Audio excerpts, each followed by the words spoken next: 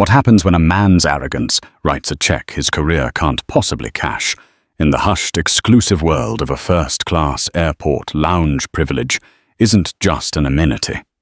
For some, it's a weapon. This is the story of Richard Sterling, a man who believed his expensive suit and platinum card gave him the right to judge, belittle, and insult anyone he deemed beneath him. But he made a fatal mistake. He chose the wrong target. He didn't know the quiet, unassuming black woman he'd tried to humiliate was about to make a decision that would vaporize his entire future.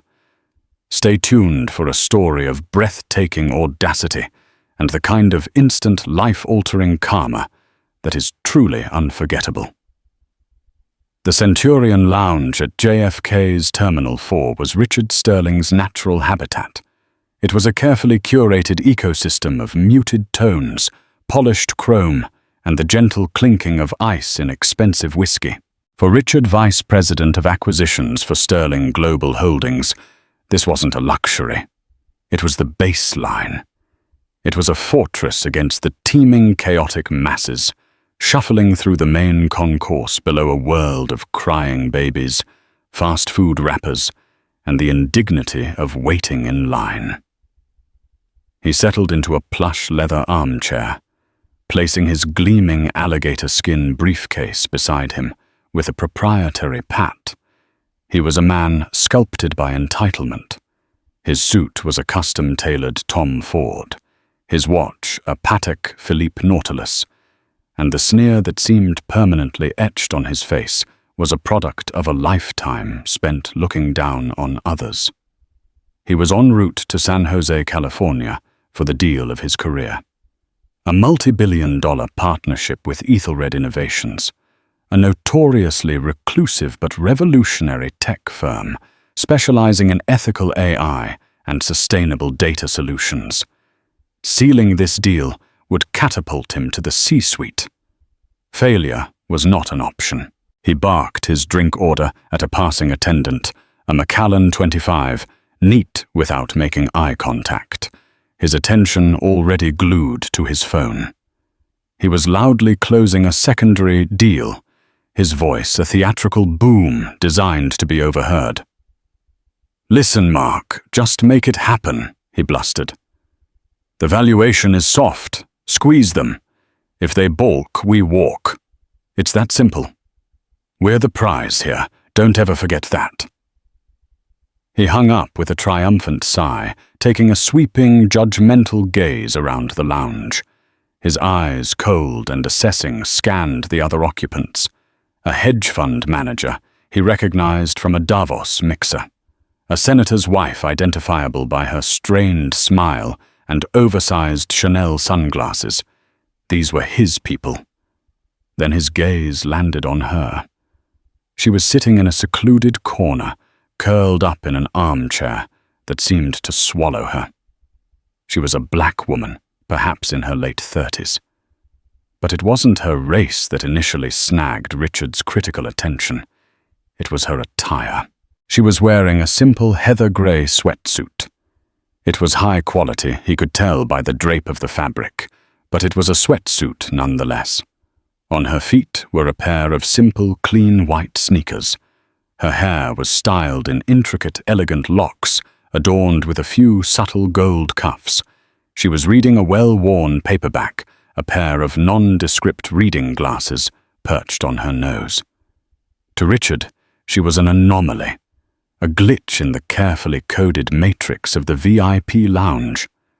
His mind, a finely tuned engine of prejudice, began its calculations.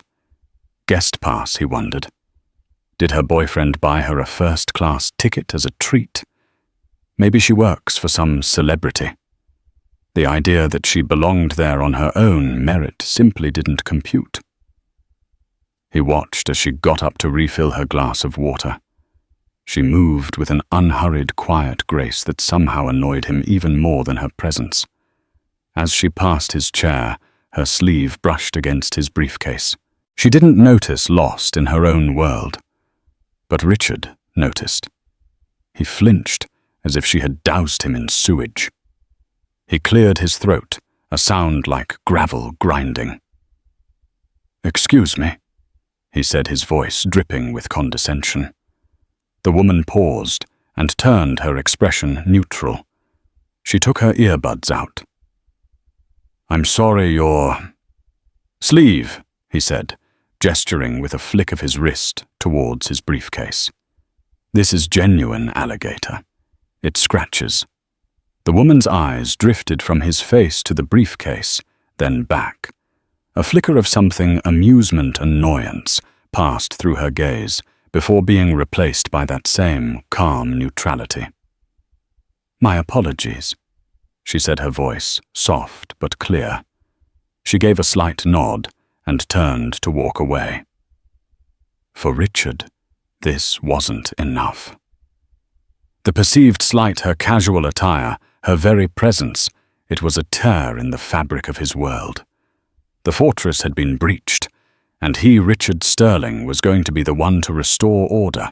He flagged down the lounge manager, a polished man named David, who had the pained smile of someone paid to absorb the indignities of the ultra-rich.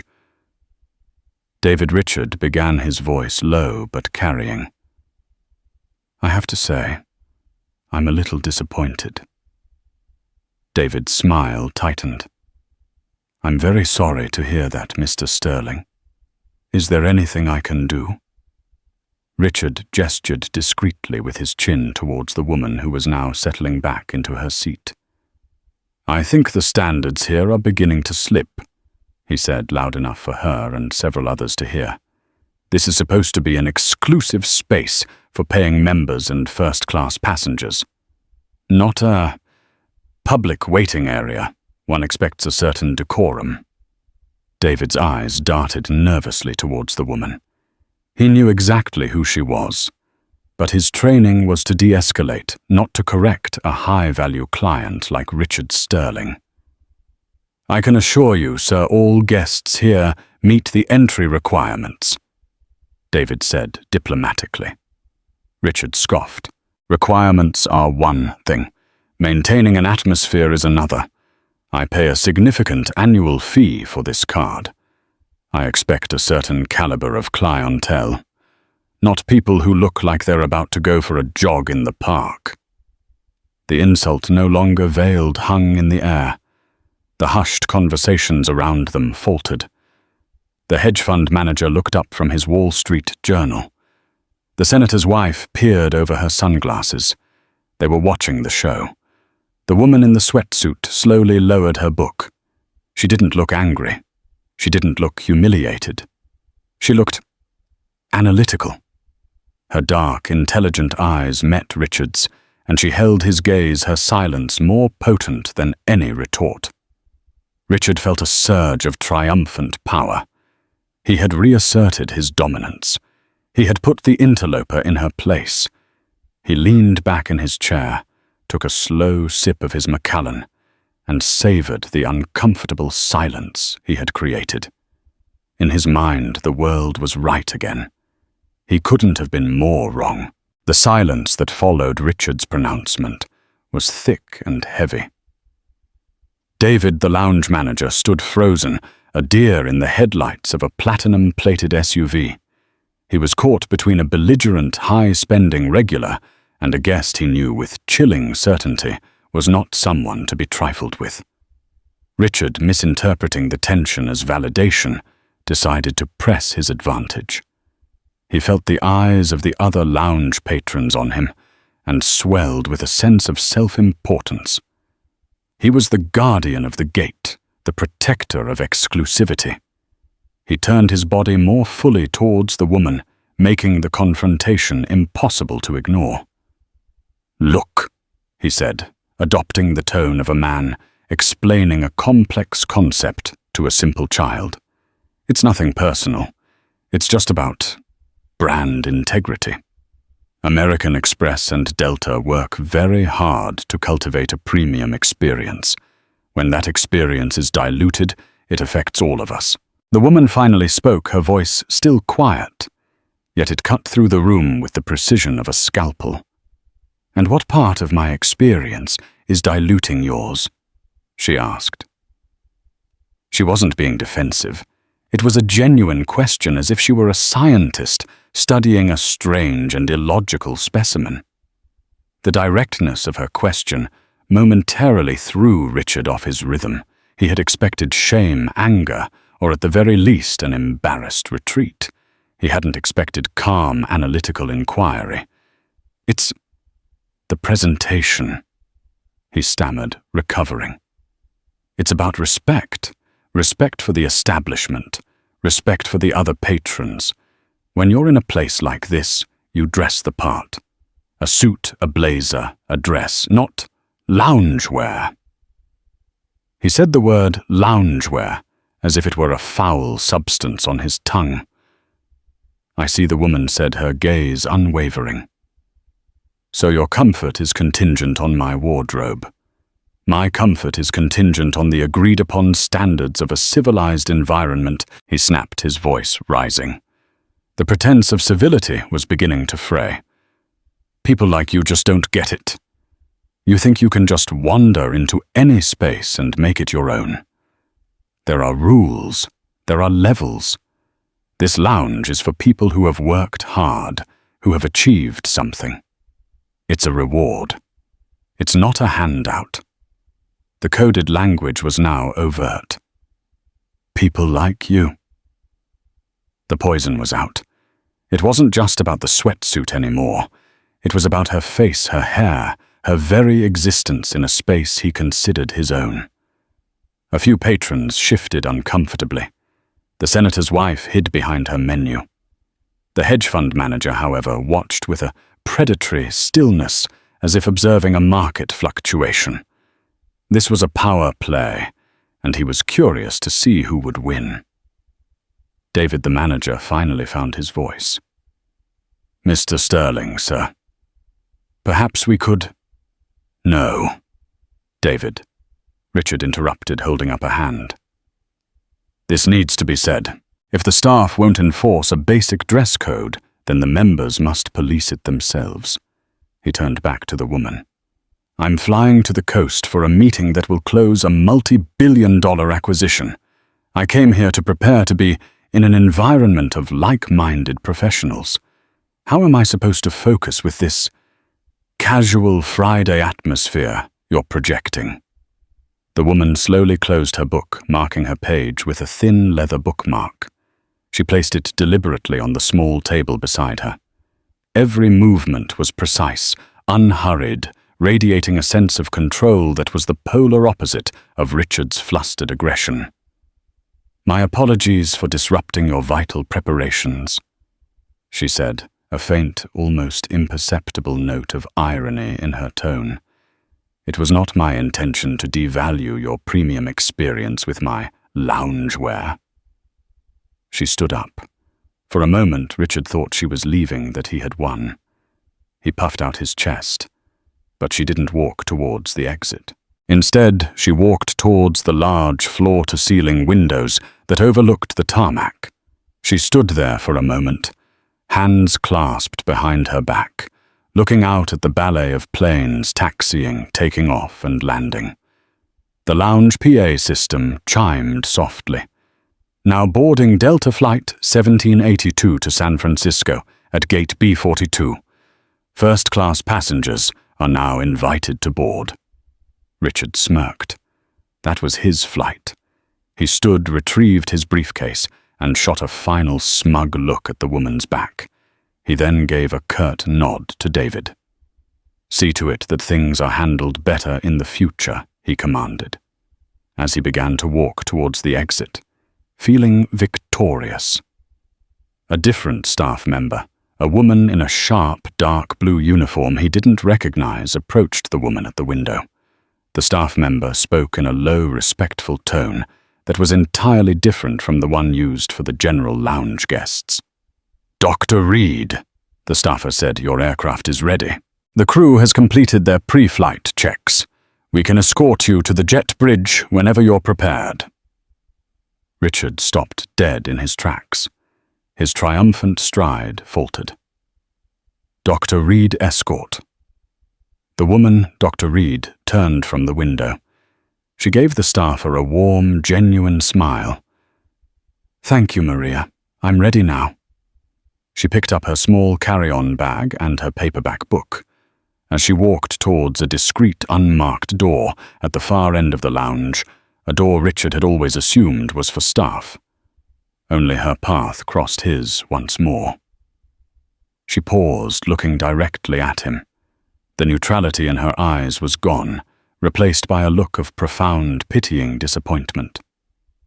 "You know," she said, her voice still quiet, but now resonating with an authority that chilled him to the bone. "The funny thing about assumptions, Mr. Sterling, is that they often reveal far more about the person making them than the person they are about." She didn't wait for a response. She simply followed the staff member Maria through the unmarked door. The door clicked shut behind them, leaving Richard Sterling standing in the middle of the Centurion lounge, the silent stares of the other passengers burning into his back. He glanced at his own boarding pass for first class. Then he looked at the door she had disappeared through. That wasn't the way to the commercial jet bridge. That was the private access. The access for people who didn't fly first class because they flew on a different class of vehicle entirely. The Macallan 25 turned to acid in his stomach. His multi-billion-dollar deal was in Silicon Valley. Aethelred Innovations, a company known for its reclusive, visionary founder. A founder known only by their initial and last name, Dr. E. Reed. The color drained from Richard Sterling's face. The click of the door shutting behind Dr. Evelyn Reed was the sound of a world shifting on its axis. For Richard, it was the starting pistol for a race he didn't even know he was running, a race he had already lost. He stood there, rooted to the spot, his Tom Ford suit suddenly feeling like a cheap costume. The smugness that had been his armor just moments before had evaporated, replaced by a cold, creeping dread. The hedge fund manager, no longer hiding behind his newspaper, was watching him with undisguised contempt, mixed with a sliver of schadenfreude. Richard could feel the judgment of the entire room. He who had set himself up as the arbiter of class and standards had just committed a social and professional sin of catastrophic proportions. He forced his legs to move, walking stiffly towards the gate for his flight. The familiar comfort of the first-class boarding lane offered no solace. The flight attendant's cheerful "Welcome aboard, Mr. Sterling" sounded like a mockery. As he settled into his spacious seat, 2A, the plush leather felt like it was lined with thorns. He ordered a double scotch, but the alcohol did nothing to calm the frantic symphony of panic playing in his mind. Dr. E. Reed, founder of Aethelred Innovations. It couldn't be. It was a coincidence. Reed was a common name. And E. That could stand for Edward Eric Evan. It had to be a man. The titans of tech, the real visionaries, they were always men. Weren't they his mind, so steeped in its own biases, struggled to reconcile the image of the quiet woman in the sweatsuit with the mythical figure who had built a $50 billion company from the ground up? He frantically pulled out his phone, paying the exorbitant in-flight Wi-Fi fee without a second thought. He typed Dr. E. Reed Aethelred Innovations into the search bar. The results loaded with agonizing slowness, and there she was. The first image was from a Forbes cover story. The quiet revolutionary Evelyn Reed is rewriting the rules of tech. The photo showed the same woman from the lounge. Her hair was styled the same way. But in the photo, she wasn't wearing a sweatsuit.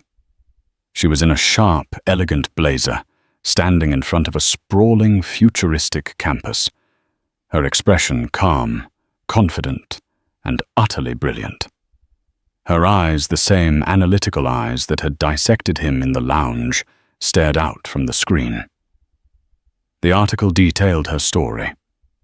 a PhD in computer science and ethics from Stanford, a pioneer in sustainable data centers, a prodigy who turned down offers from Google and Apple to build her own empire, one founded on the core principles of innovation, integrity, and respect. There was a quote from her highlighted in a call-out box. "Character is the operating system of our company. We can teach skills, but we can't teach integrity. We partner with people who share our fundamental values, or we don't partner at all." Richard felt a wave of nausea. He gripped his phone so tightly the case creaked. He scrolled further, finding candid photos of her at conferences, speaking on panels. In some, she was in business attire. In others, accepting an award in a beautiful gown. And in a few traveling between events, she was dressed just as she had been in the lounge, in comfortable high-end athletic wear. It was her travel uniform. Practical, efficient, unpretentious. He was a dead man walking. He had not just insulted a fellow passenger.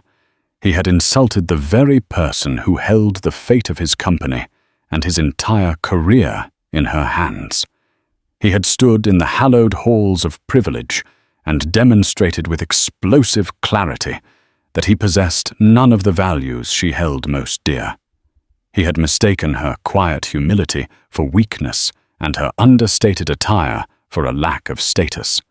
In his attempt to police the boundaries of his world, he had revealed himself to be nothing more than a shallow, prejudiced fool. The flight to San Jose was a 5-hour descent into his own personal hell. Every clink of the service cart, every announcement from the captain grated on his raw nerves. He replayed the scene in the lounge, over and over, each viewing more horrific than the last. His own words echoed in his ears, venomous and stupid. "People like you. Standards are slipping. Respect for the establishment." He had lectured Dr. Evelyn Reed, a woman who had built her own establishment from scratch on respect. The arrogance was so profound, it was almost comical. Meanwhile, 35,000 feet above the same American landscape, Dr. Evelyn Reed was in her own world. The cabin of her Gulfstream G650 was a sanctuary of quiet efficiency. The soft cream leather of her seat, the warm glow of the polished wood paneling, the silent, attentive service of her 2-person crew. It was all designed for one purpose: to maximize her time and minimize her stress. She had already changed out of her sweatsuit into a crisply pressed silk blouse and slacks ready for her arrival. She wasn't thinking about Richard Sterling. Or rather, she wasn't dwelling on him. The encounter had been catalogued, analyzed, and filed away. It was a data point, another unfortunate but useful confirmation of the biases she navigated every day. The anger she might have once felt at such encounters had long ago been transmuted into something far more powerful resolve. Her focus was on the dossier in front of her. It was the complete proposal from Sterling Global Holdings. Pages and pages of financial projections, market analyses, and strategic outlines. It was on paper a brilliant and compelling proposal. The synergies were obvious. The potential for growth was immense. Richard Sterling's team had done their homework. She highlighted a section on market penetration and made a note in the margin. Her mind was already 3 steps ahead, calculating risk, mapping out implementation strategies. The deal was good. The numbers worked. But then she paused. She thought back to the quote in the Forbes article, "Character is the operating system of our company." The man who had spearheaded this meticulous, impressive proposal was the same man who had flinched when her sleeve brushed his briefcase, the same man who had tried to have her thrown out of a lounge because she didn't fit his narrow, prejudiced view of what success looked like. He was the Vice President of Acquisitions. He would be the primary liaison on this multi-billion-dollar partnership. Her team would have to work with him, travel with him, build a future with him. She looked out the window at the endless expanse of blue sky. The world was full of brilliant people. It was not, however, full of brilliant people with integrity. The choice she had to make was no longer just about numbers on a page. The data point from the lounge had changed the entire equation. Richard Sterling was flying toward what he thought was the pinnacle of his career. In reality, he was flying toward a reckoning he couldn't even begin to imagine. And Evelyn Reed, the woman he had so casually dismissed, was flying toward a decision that would define the future of both their companies. The air between their two aircrafts crackled with the unspoken laws of cause and effect, of karma beginning its inexorable descent. The headquarters of Aethelred Innovations in Palo Alto was not a building. It was a statement. It didn't tower over the landscape in an arrogant display of corporate might. Instead, it integrated with it. Low-slung structures of reclaimed wood, polished concrete, and vast panes of smart glass were nestled amongst groves of mature redwood and live oak trees. A creek, diverted and restored, babbled through the center of the campus. It was less of a corporate park and more of a national park with fiber-optic cable. It projected exactly what Evelyn Reed intended: harmony between nature and technology, and a quiet, unshakable confidence that had no need for ostentatious displays. Richard Sterling arrived in a black town car, his stomach a knot of dread. He had spent the night in his suite at the Rosewood Sand Hill, trying to rehearse his presentation, but his own words from the lounge kept interrupting, mocking him. He had convinced himself through a desperate feat of mental gymnastics that he could still salvage this. Perhaps she wouldn't make the connection. Maybe she was a different E. Reed. Or maybe, just maybe, she was a professional who would overlook a minor personal misunderstanding for the sake of a mutually beneficial multi-billion-dollar deal. This was business after all. Feelings didn't have a place on a balance sheet. He straightened his tie, smoothed his suit, and pasted on his best corporate smile. He was Richard Sterling, VP of Acquisitions. He was a shark. He just needed to get back in the water. He was met in the lobby, not by a receptionist behind a desk, but by a young, whip-smart campus ambassador named Liam, who offered him a bottle of water, still or sparkling, sourced from a local spring, and began the tour. The inside of Aethelred was even more impressive than the outside. Natural light flooded every space. Teams of engineers huddled in open-plan collaboration pods, scribbling on glass walls. There were no corner offices, only shared spaces. The atmosphere was one of intense, focused energy, but it was calm, devoid of the frantic, aggressive hustle that characterized his own offices back in New York. It was civilized. The irony was not lost on him. His first two meetings were with the heads of engineering and strategic partnerships. They were sharp, incisive, and deeply knowledgeable. They grilled him on every aspect of the proposal his team had prepared. To his credit, Richard knew his stuff. He parried their questions with data-backed answers, articulating the value proposition with the smooth, practiced ease of a man who had closed 100 deals. He started to feel a flicker of his old confidence return. They seemed impressed. The numbers were undeniable. The logic was sound. He was winning them over.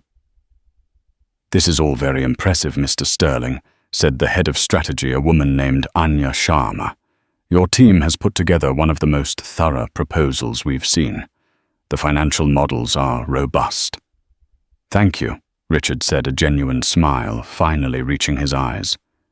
"We at Sterling Global believe in thoroughness. We believe this partnership could redefine the industry. We agree on the potential." Anya said, her expression becoming more serious. "Which is why the final sign-off always rests with Dr. Reed. She's waiting for you in the main boardroom. Liam will show you the way. This was it. The final boss. Richard's heart hammered against his ribs. He followed Liam down a long, glass-walled corridor that overlooked a tranquil Japanese garden. His mind raced. How do I play this? Do I apologize immediately? Do I pretend it never happened? He decided on the latter. Acknowledging it would be an admission of guilt. Pretending it didn't happen projected confidence, a belief that the incident was too trivial to mention. He would be all business, professional. He would let the deal speak for itself. They arrived at a set of towering doors made from a single slab of reclaimed redwood. Liam pushed one open and gestured for him to enter. Mr. Sterling is here to see you. Dr. Reed, Liam announced. The boardroom was vast and minimalist. One long table made from the same redwood as the doors sat in the center. At the far end of the room, a wall of glass offered a panoramic view of the Santa Cruz Mountains. And sitting at the head of the table alone was Dr. Evelyn Reed. She was no longer in a sweatsuit or a silk blouse. She was wearing a simple, impeccably tailored black dress. No jewelry, save for a plain, elegant watch. Her hair was styled as it had been in the lounge. She wasn't looking at him. She was looking at a tablet in front of her, her expression unreadable. Richard's throat went dry. The entire room seemed to suck the air from his lungs. It was her. There was no doubt. He walked slowly, his expensive Italian shoes making no sound on the polished concrete floor. The walk from the door to the table felt like a mile. He felt like a prisoner on his way to his own execution. He reached the table and stood waiting for her to acknowledge him. The silence stretched for an agonizingly long time. He could hear his own blood pounding in his ears. Finally, without looking up from her tablet, she spoke. Her voice was the same quiet, controlled tone from the lounge. "Please, sit down, Mr. Sterling." He sat. The chair felt cold. She continued to study her tablet for another 30 seconds, each second a fresh turn of the screw for Richard. Then she slowly lifted her head, and her eyes, those calm, analytical, all-seeing eyes, met his. There was no anger in them, no gloating. There was something far worse, a profound, clinical disinterest. "I have read your proposal," she began, her voice echoing slightly in the vast, empty room. "I've read it 4 times. From a purely financial and strategic standpoint, it is excellent. Your team is to be commended."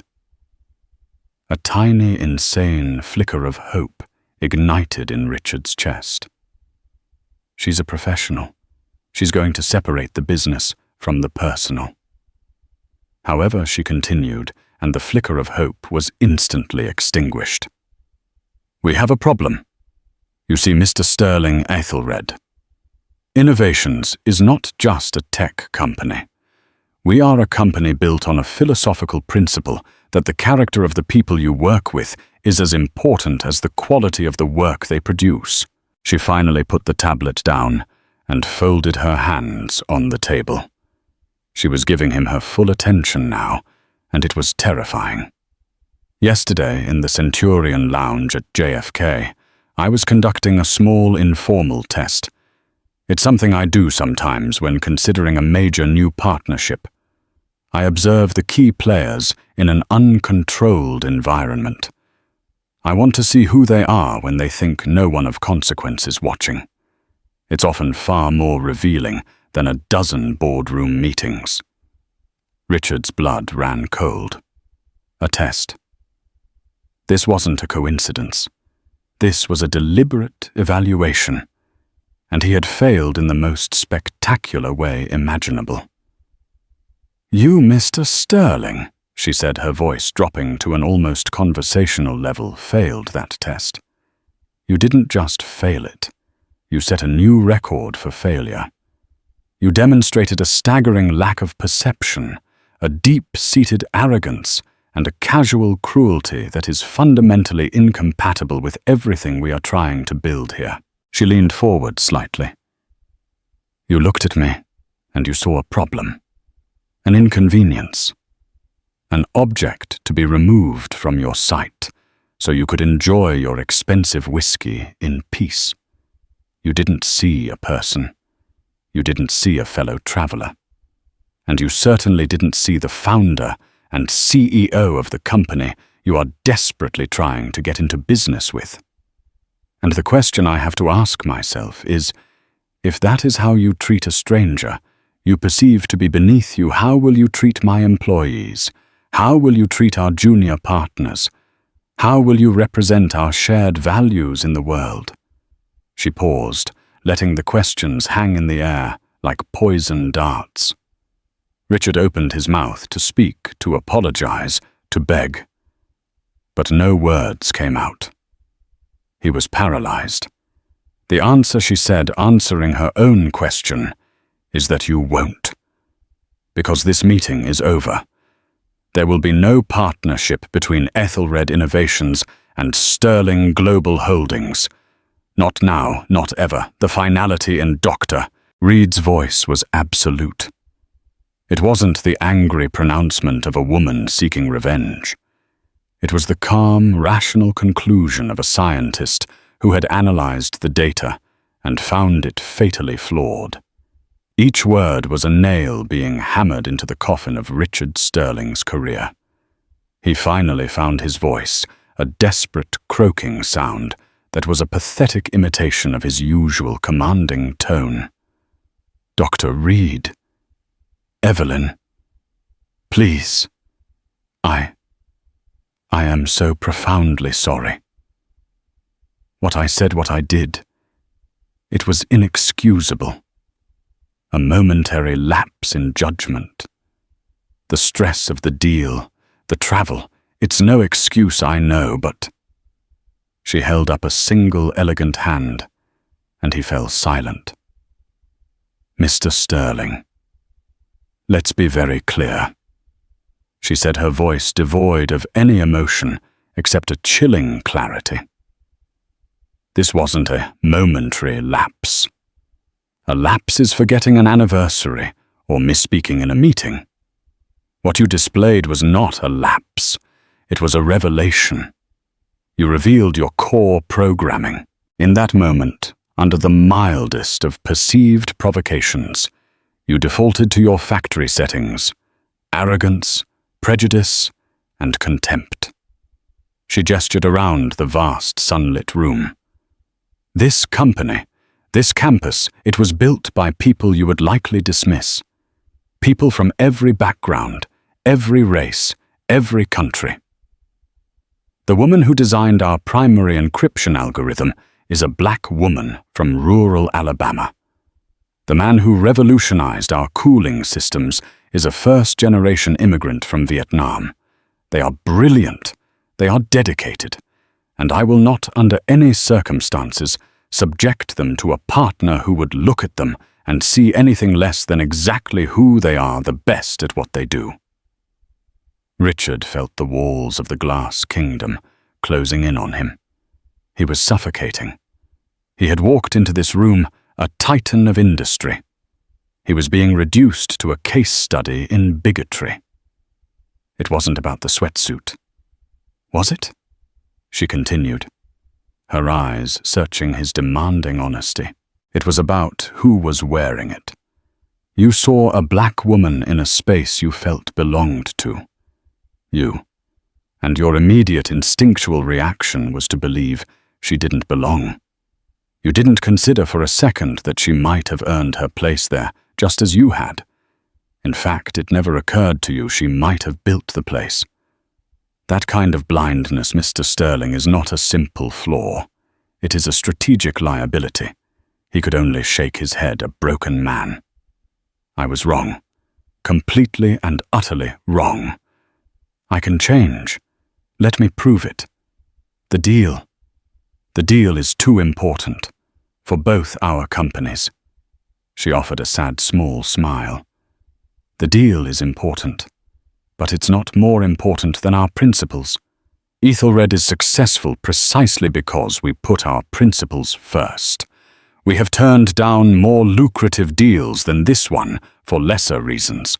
A partnership with you, with your company, being represented by you, would be a betrayal of every single employee who trusts me to create a safe and respectful environment for them. It would tell them that money is more important than their dignity. And it is not." She stood up, the silent signal that the audience was over.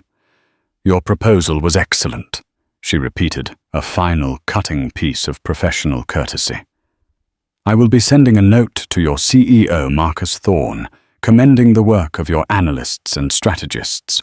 I will also be informing him in no uncertain terms why the deal is being terminated.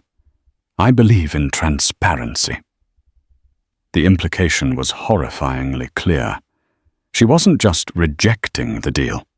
She was going to tell his boss exactly why.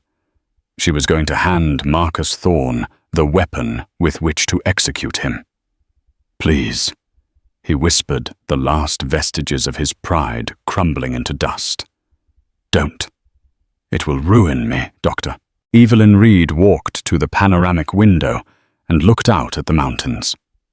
"Your actions have consequences, Mr. Sterling.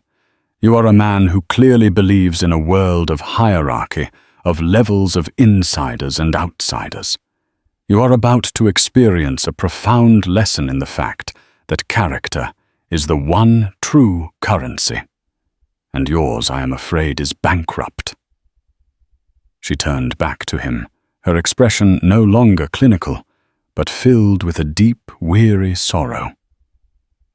"You did this to yourself. You built your own cage, you insulted the locksmith, and now you find yourself trapped inside. I take no joy in this, but I will not shrink from the decision that your behavior has forced me to make."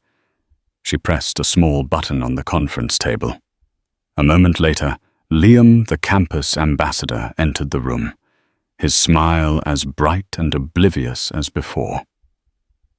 "Liam, Dr. Reed," said her voice, returning to a tone of calm authority. "Mr. Sterling is finished. Please escort him back to the lobby." Richard sat paralyzed as Liam gestured politely towards the door. He couldn't move. It was as if his entire nervous system had shut down. "Mr. Sterling," Liam prompted gently. Slowly, shakily, Richard pushed himself to his feet. He didn't look at Dr. Reed again. He couldn't. He had never felt so thoroughly and completely dismantled in his entire life. She hadn't shouted. She hadn't sworn. She had simply held up a mirror, and the reflection had destroyed him. As he walked out of the boardroom, a ghost in a Tom Ford suit, he knew he wasn't just leaving a meeting. He was leaving behind his career, his reputation, and the entire gilded world he had once so confidently commanded. The door to the glass kingdom swung shut behind him, and he was cast out into the wilderness. The walk back through the serene, sun-dappled corridors of Aethelred Innovations was a blur of exquisite torture for Richard. Every smiling employee he passed, every quiet hub of collaboration he glimpsed, was a testament to the world he had just been ejected from. Liam, the ambassador, kept up a cheerful stream of chatter about the campus's LEED Platinum certification and its farm-to-table cafeteria. But Richard heard none of it. He was trapped in the echoing silence of the boardroom. Dr. Reed's final words replaying in his mind. "Character is the one true currency. And yours, I am afraid, is bankrupt." When he finally stepped out of the building into the warm California sun, it felt cold and alien. The black town car was waiting for him, a hearse for his professional life. He slumped into the back seat, ignoring the driver's pleasant greeting. He pulled out his phone, his hand trembling. He had to call his CEO Marcus Thorne. He had to get ahead of this, to spin it, to craft some narrative where this was a misunderstanding, where Dr. Reed was being unreasonable. But before he could dial, his phone buzzed violently in his hand. The caller ID was Marcus Thorne. She was fast. Of course she was fast. Efficiency was her brand. He took a deep breath, trying to summon a shred of the authority he once wielded. He answered the call. "Marcus," he began, attempting a tone of weary frustration. "Listen, we have a problem. This Reed woman is—" "Shut up!" "Richard." Marcus's voice cut through the line, cold as a glacier. There was no preamble, no greeting, just pure, unadulterated fury. "Just shut your mouth for 1 second and listen. I just got off a call with Dr. Evelyn Reed of Aethelred Innovations. Do you know who that is, Richard Marcus? I can explain." "No, you can't." Marcus roared, and Richard could picture him in his corner office overlooking Manhattan, his face purple with rage. "What you can do is listen. She told me everything. And I mean everything. She told me about the lounge. She told me about your comments. She used the phrase, a staggering lack of perception and a deep-seated arrogance. Does that sound familiar to you? You idiot?" Richard was silent, the phone pressed hard against his ear. "We have spent 2 years and $7 million in man-hours and research trying to land this deal. Richard. 2 years, it was the key to our entire West Coast expansion. It was our future. And you blew it up. You didn't lose it in a negotiation. You weren't outmaneuvered. You incinerated a $50 billion opportunity because you didn't like a woman's tracksuit." The venom in Marcus's voice was unlike anything Richard had ever heard. This wasn't just a boss dressing down an employee. This was personal. This was betrayal. "Marcus, please, it was a mistake. A mistake is a typo in a memo, Richard. This was self-immolation, and you didn't just burn yourself. You tried to burn the whole damn company down with you. Dr. Reed commended your team's proposal. She made it crystal clear that the deal was perfect. The only flaw, the single point of failure, was you. She said, and I quote, 'His character is a strategic liability we are unwilling to underwrite.' The phrase hit Richard like a physical blow. A strategic liability. In his world, there was no greater condemnation. "So here's what's going to happen." Marcus continued, his voice now dangerously calm. "Your corporate accounts are being frozen as we speak. Your security access to the building is revoked. A courier is on his way to your apartment to collect your company property. Don't bother flying back to New York. Just have your things cleared out of your office by the end of the day. You are fired, Richard. Effective immediately." Fired, Richard choked out the word. It felt foreign, absurd. It was something that happened to other people. "Is that word confusing to you?" Marcus sneered. "Let me be clearer. Your employment with Sterling Global Holdings is terminated. For cause. Gross misconduct.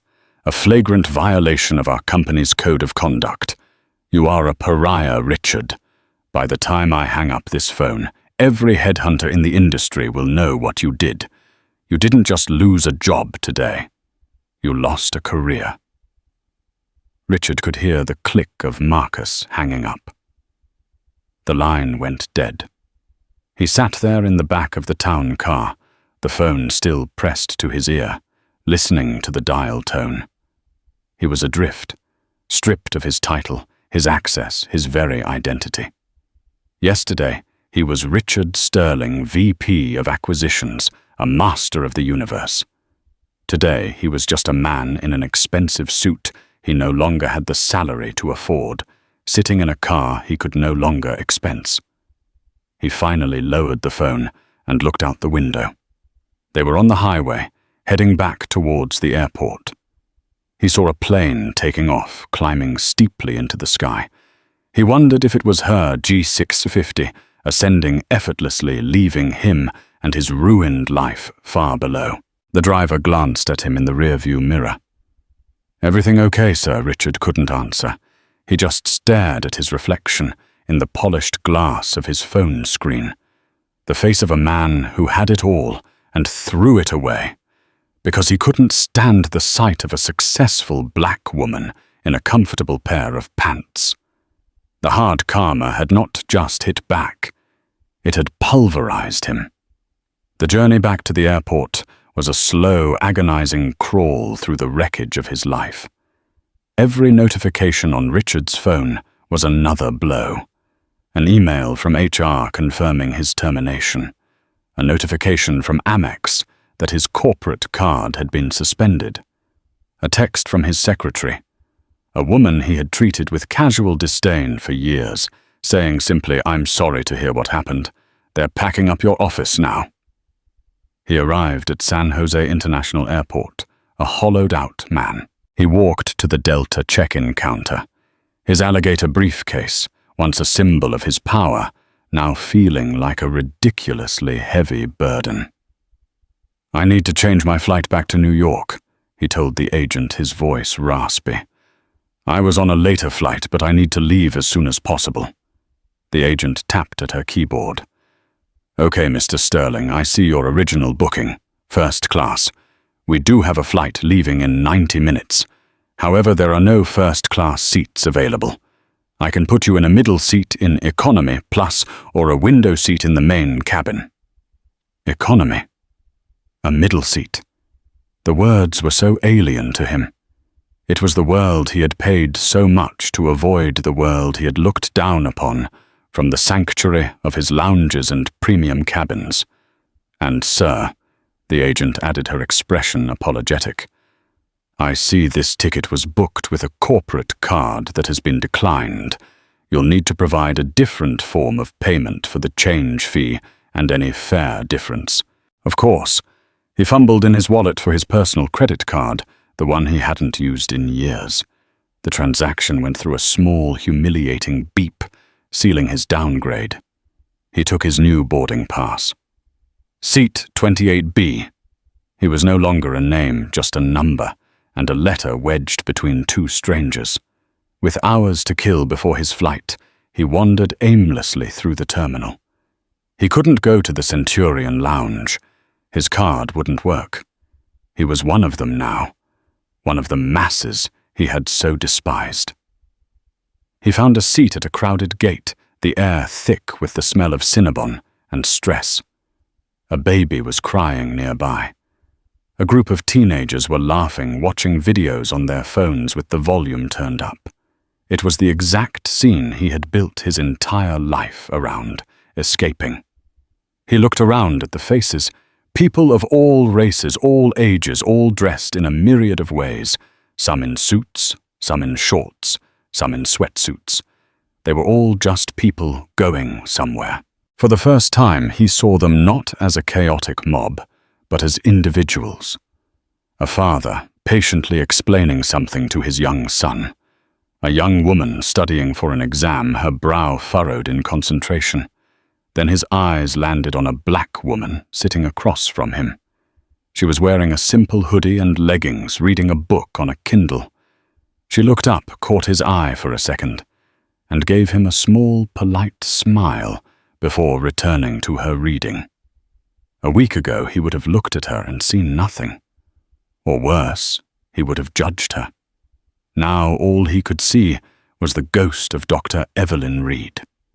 He saw the potential for brilliance, for power, for a whole universe of achievement that he, in his blind arrogance, had been completely incapable of perceiving. His prejudice hadn't just been a moral failing. It had been a failure of intelligence. It had made him stupid. It had made him blind to reality. He thought he was assessing the world, but he was only ever seeing a distorted reflection of his own ugly biases. The boarding call for his flight to New York began. The scrum of people lining up, the jostling for position, it was his new reality.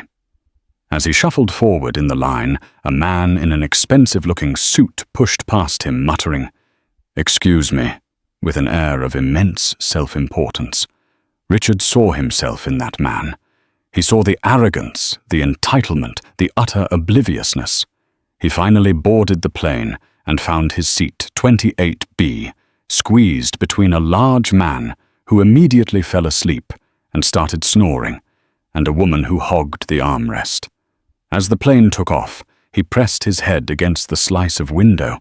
He could see past the person next to him.